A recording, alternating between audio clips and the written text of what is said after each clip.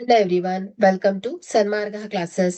ಮೇಲ್ಮೈ ವಿಸ್ತೀರ್ಣಗಳು ಮತ್ತು ಘನಫಲಗಳು ಅಧ್ಯಾಯದ 69ನೇ ಪ್ರಶ್ನೆಯನ್ನ ಗಮನಿಸಿ. ಒಂದು ಶಂಕುವಿನ ಆಕಾರದ ಢೇರೆಯು 11 ಜನರಿಗೆ ಸ್ಥಳಾವಕಾಶವಿರುವಂತೆ ನಿರ್ಮಿಸಬೇಕಾಗಿದೆ. ಪ್ರತಿ ವ್ಯಕ್ತಿಗೆ ನೆಲದ ಮೇಲೆ 4 ಚದರ ಮೀಟರ್ ನಷ್ಟು ಜಾಗದ ಅವಶ್ಯಕತೆ ಇದೆ. ಉಸಿರಾಡಲು 20 ಘನ ಮೀಟರ್ ನಷ್ಟು ಗಾಳಿ ಬೇಕಾಗುತ್ತದೆ. ಹಾಗಾದರೆ ಡೇರೆಯ ಎತ್ತರವನ್ನ ಕಂಡುಹಿಡಿಯಿರಿ. ಸೊ ಇಲ್ಲಿ ಒಟ್ಟು ಬೇಸ್, ಸೊ ವಿಸ್ತೀರ್ಣ ಏನ್ ಹೇಳಿ, ಎಲ್ಲಾ 11 ಜನರಿಗೆ ಅಗತ್ಯವಿರುವಂತ ಒಟ್ಟು ನೆಲದ ಜಾಗವಾಗುತ್ತೆ. ಸೊ ಹಾಗಾದ್ರೆ ಇಲ್ಲಿ ಟೋಟಲ್ ಈ ಒಂದು ಬೇಸ್ ಏರಿಯಾ ಏನಾಗತ್ತೆ ಹೇಳಿ, ಪಾದದ ವಿಸ್ತೀರ್ಣ is equal to 11 × 4, so is equal to 44 metre square ಆಗುತ್ತೆ.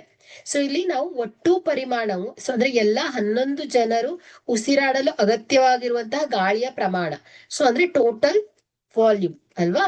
So is equal to 11 × 20. ಸೊ 11 ಜನಕ್ಕೆ ಇಲ್ಲಿ 20 ಘನ ಮೀಟರ್ ಅಷ್ಟು ಗಾಳಿ ಬೇಕಾಗುತ್ತೆ. ಅಂದ್ರೆ 220 ಘನ ಮೀಟರ್ ಕ್ಯೂಬ್ ನಷ್ಟು ಗಾಳಿ ಬೇಕು ಅಲ್ಲಿ ಅದಷ್ಟು ಏರಿಯಾಕ್ಕೆ. ಓಕೆ, ಸೊ ಇಲ್ಲಿ ನಾವು volume V is equal to ಏನ್ ಹೇಳಿ, 1/3 ಪೈ ಆರ್ ಸ್ಕ್ವೇರ್. ಸೊ ಇಲ್ಲಿ ಪೈ ಆರ್ ಸ್ಕ್ವೇರ್ ಅಂದ್ರೆ ಏನ್ ಹೇಳಿ, ಪಾದದ ಏರಿಯಾ ಆಗತ್ತೆ 44 × H.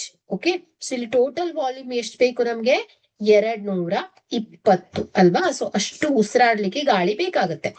ಓಕೆ, ಅದು ವಾಲ್ಯೂಮ್ ಅಲ್ಲಿ ಇರೋದು. ಓಕೆ, ಸೊ ಹಾಗಾದ್ರೆ 220 is equal to 1/3 into 44 into H ಆಗುತ್ತೆ.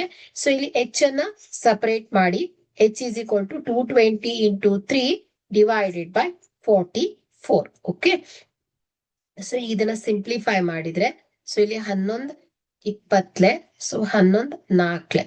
Okay, so 4 1 4, 4 5 20. So H is equal to ಎಷ್ಟು ಬರುತ್ತೆ, 15 ಮೀಟರ್ ಆಗತ್ತೆ. ಓಕೆ, ಹಾಗಾದ್ರೆ ಇಲ್ಲಿ ಈ ಡೇರೆಯ ಎತ್ತರ ಎಷ್ಟು ಬರುತ್ತೆ ಹೇಳಿ, 15 ಮೀಟರ್ ಆಗಿದೆ.